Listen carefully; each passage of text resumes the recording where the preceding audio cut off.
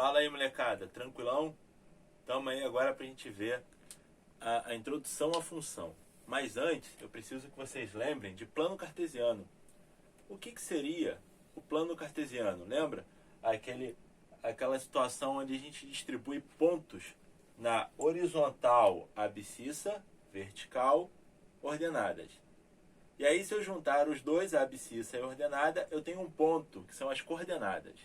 Beleza? E a gente representa assim, ó, um ponto sempre nessa ordem. A abscissa, depois ordenada. Sempre x, depois y. Tranquilão? Olha só. No meu gráfico, eu tenho a abscissa e a ordenada e elas se encontram na origem, no começo de tudo. No zero. Esse é o ponto de origem 0, 0. É 0 para x e 0 para y. Os valores que eu pegar à direita do zero para x é positivo. À esquerda do zero para x é negativo. Os valores que eu pegar acima do zero, agora eu estou me referindo a y, são positivos. Os valores abaixo, negativos. Cada um desses espaços recebe o nome de quadrante. O quadrante ele é numerado, na verdade, no sentido anti-horário. E aí, o primeiro quadrante, que é o que está na parte superior da direita, depois vai segundo, terceiro e quarto quadrante.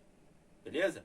Se a gente parar para analisar, o primeiro quadrante, os valores de x encontram-se à direita da origem e os valores de y encontram-se acima da origem.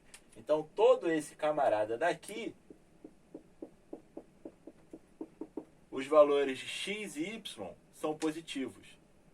E aí, então, no meu primeiro quadrante, eu tenho os valores de x positivo e os valores de y também positivos. No segundo quadrante, dá uma analisada aqui, galera.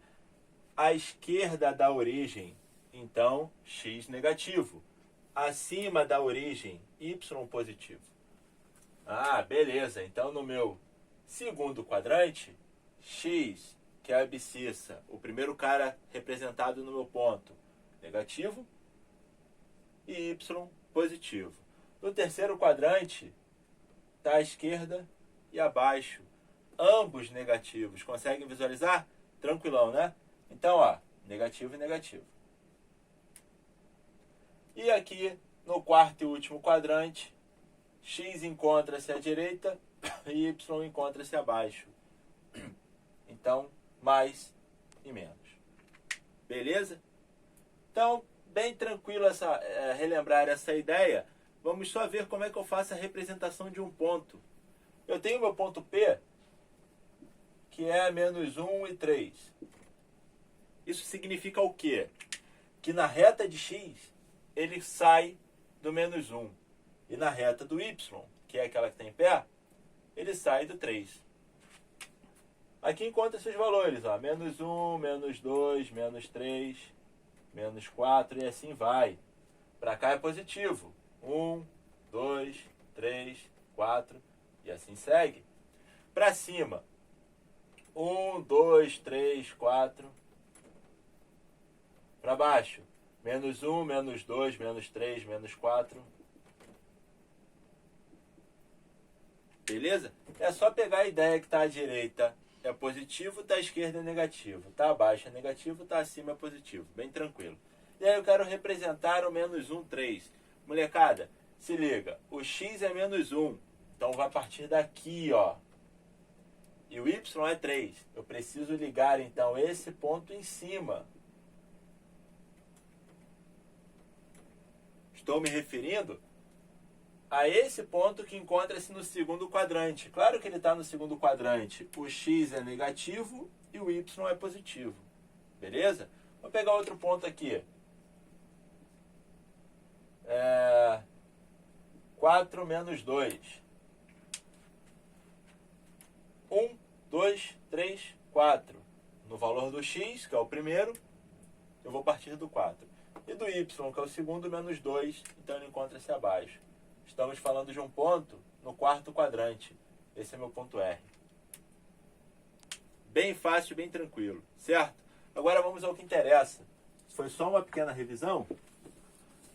vamos pegar o que seria uma função. Lembrando que essa ideia, galera, de gráfico para o Enem é fundamental. Precisa estar voando em gráficos, que aí você vai ganhar várias questões no Enem, não só em matemática. A leitura e a interpretação do gráfico ela tem em geografia, em biologia, em física, em todas as matérias praticamente da prova do Enem. Então vamos ficar atento nisso e vamos cair dentro dessa parte de interpretação, beleza? Mas vamos lá. O que seria uma função?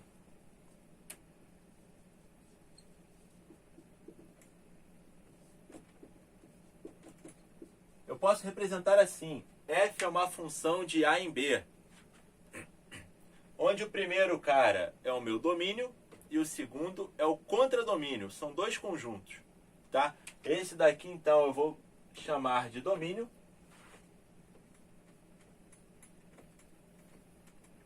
E esse daqui de contradomínio.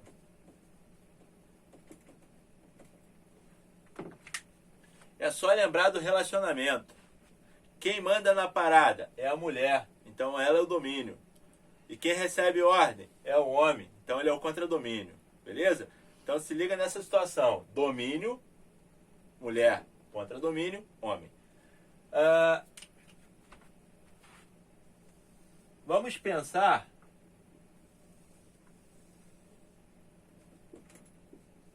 no meu conjunto A e B. O primeiro, como a gente chamou de domínio, e o segundo, que a gente chamou de contradomínio. O domínio, ele sempre precisa, todo o conjunto domínio tem seus elementos aqui dentro. Todos os elementos desse conjunto precisam ter uma representação no contradomínio.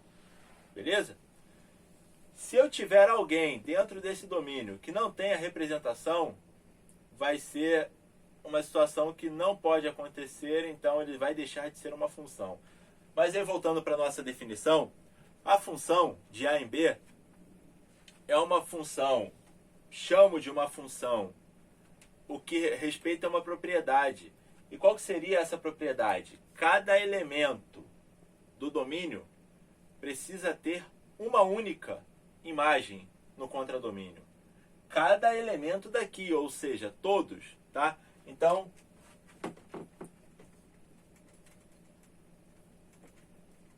todos os elementos do domínio precisam ter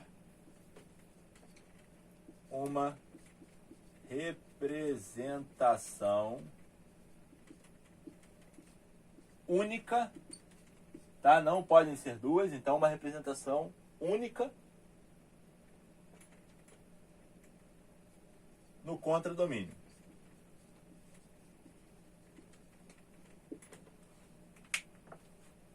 Respeitando essa propriedade, vai ficar bem tranquilo, a gente vai conseguir definir uma função. Mas, cara, como é que eu visualizo isso de forma direta? Porque ele está muito abstrato, tá bem ruim até. Simples. Vamos pensar aqui nos elementos. Vou dar nomes. 1, 2, 3, 4, 5.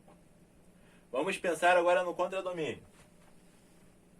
1, 2, 3, 4, 5, 6, 7, 8, 9.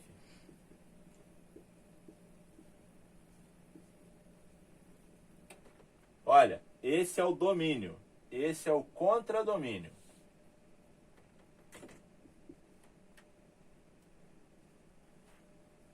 Bem, eu vou ligar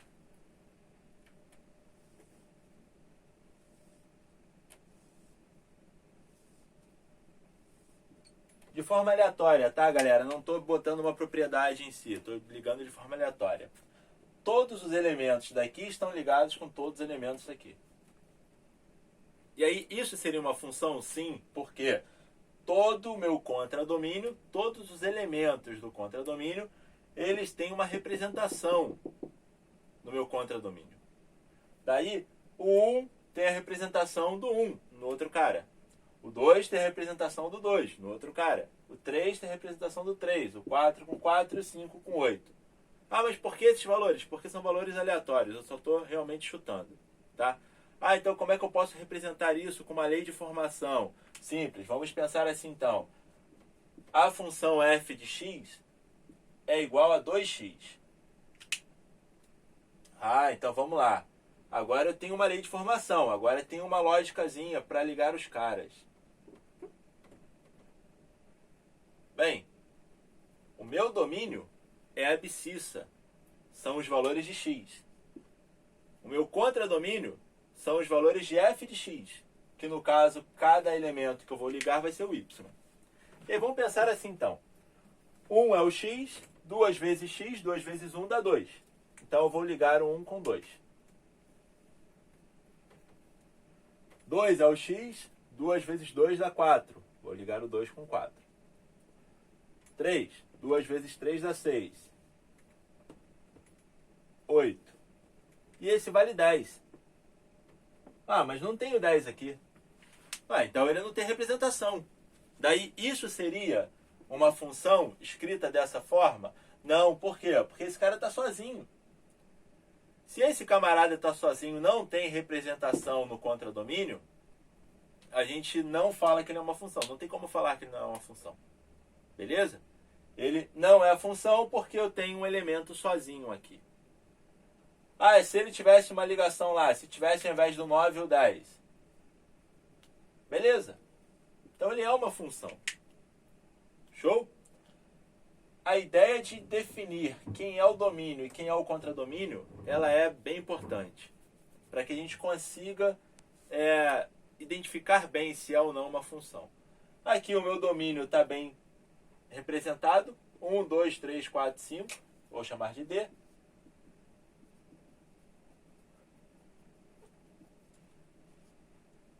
O meu contradomínio. 1, 2, 3, 4, 5, 6, 7, 8 e 10.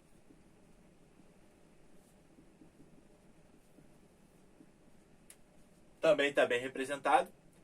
E os elementos que receberam a flecha, molecada? O pessoal aqui que recebeu a flecha, eu vou chamar de imagem. Que foi só o 2, 4, 6, 8 e 10. Olha a diferença entre contradomínio e imagem. O contradomínio é o cara que... todo o conjunto que recebe a flecha. O conjunto inteiro. A imagem são os elementos desse conjunto que recebe a flecha. Vocês podem perceber que a imagem sempre estará dentro do contradomínio. A imagem está contida no contradomínio. Sempre. Beleza? Então, tranquilão. Daí vamos representar isso no gráfico, então. Assim, com diagrama de flecha, é bem facinho, é bem tranquilo. E agora no gráfico, como é que ficaria?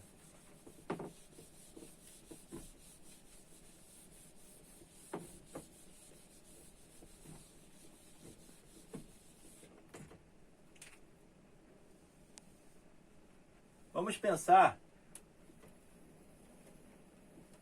numa função quadrática que vocês estão já acostumados a ver. F de x igual a x ao quadrado. Lembrando que esse f de x é o meu y, tá? É a mesma coisa. Representar assim ou assim dá no mesmo. E aí, eu tenho os valores aqui desse gráfico. Menos 1, menos 2, menos 3. 1, 2, 3. E cada um desses caras tem uma única representação, ó.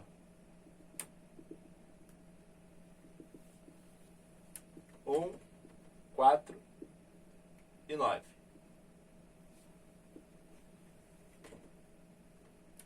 Como é que eu sei disso? Simples.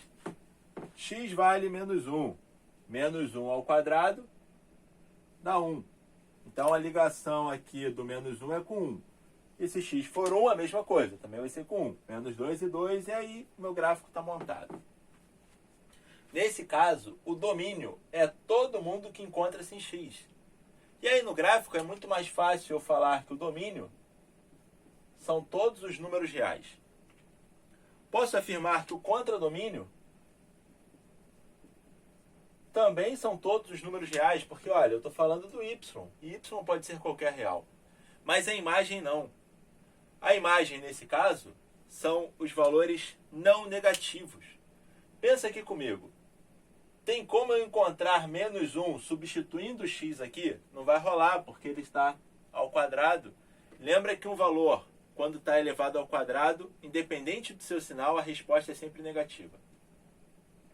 Daí, a imagem, nesse caso, são os reais não negativos.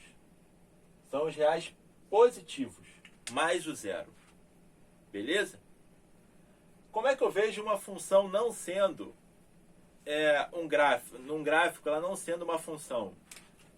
Pensa aqui comigo, então.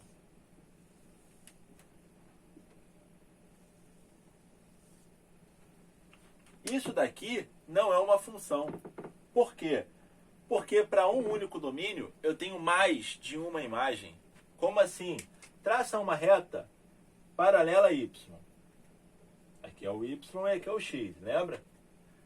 Para esse domínio que eu vou chamar de x1, eu tenho 1, 2, 3 pontos que cortam no gráfico. Ou seja, eu tenho a representação y1, a representação y2 e a representação y3.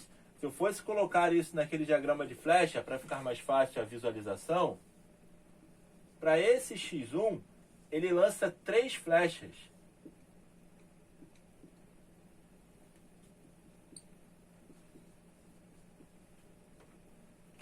Beleza? E não rola. Não pode esse cara lançar 3 flechas. Ele precisa ter uma única representação lá, não 3. Aqui não. Aqui a gente sempre vai ter uma única representação para cada domínio. Tipo, menos 1 e 1. Eles estão ligados com 1. Ao contrário, não tem problema. Assim que não pode. Assim, tá de boa, tá liberado. Tranquilão? Vamos dar uma aprofundada no gráfico, só para a gente lembrar algumas coisinhas a mais.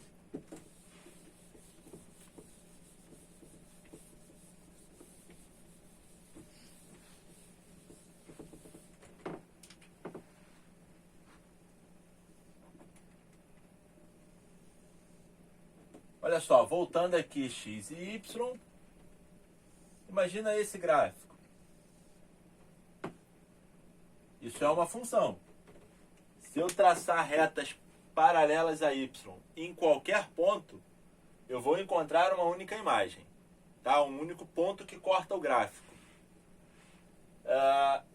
Vou destacar esses pontos aqui, ó, que cortam o eixo x. Tá? Vou chamar de x1, x2 e x3. Vou destacar essa região aqui, que encontra-se acima do eixo x, e essa daqui que encontra-se abaixo do eixo x. Esses camaradas, x1, x2 e x3, o ponto em que corta o eixo x é chamado de raiz da função. Zero da função, ou raiz da equação, né? Então, x1, x2 e x3 é o zero da função. Ou raiz da equação. Ou raiz da função, tanto faz. Esses pontos que encontram essa região que está acima, no meu gráfico encontra-se acima do eixo x, você pode ver que todo o valor do y encontra-se acima também. Então ele é positivo. Aí a minha função f de x, ela é maior do que zero nesse intervalo.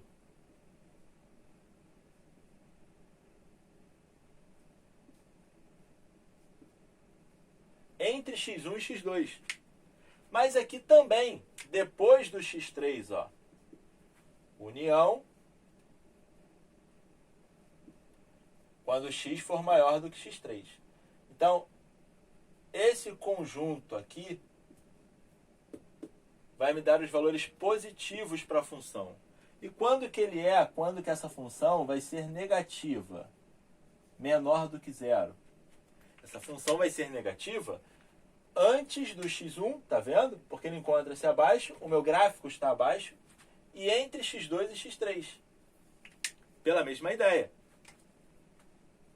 Então, quando x for menor do que x1, união, quando x estiver entre x2 e x3. Aí eu tenho toda a minha função negativa. Tá, eu falei que ela é positiva e ela é negativa. E quando que ela é exatamente igual a zero? Não é nem positiva nem negativa. Nas suas raízes. No ponto x1, x2 e x3. Beleza? Então, com isso, a gente já consegue desenrolar alguns exercícios. Volto já já com os exercícios de exemplo para vocês aí.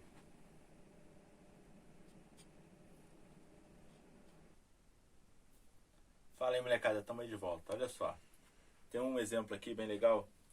Fala assim: a pesquisa industrial mensal Produção Física Brasil produz indicadores de curto prazo desde a década de 70, relativos ao comportamento do produto real das indústrias extrativas e da transformação.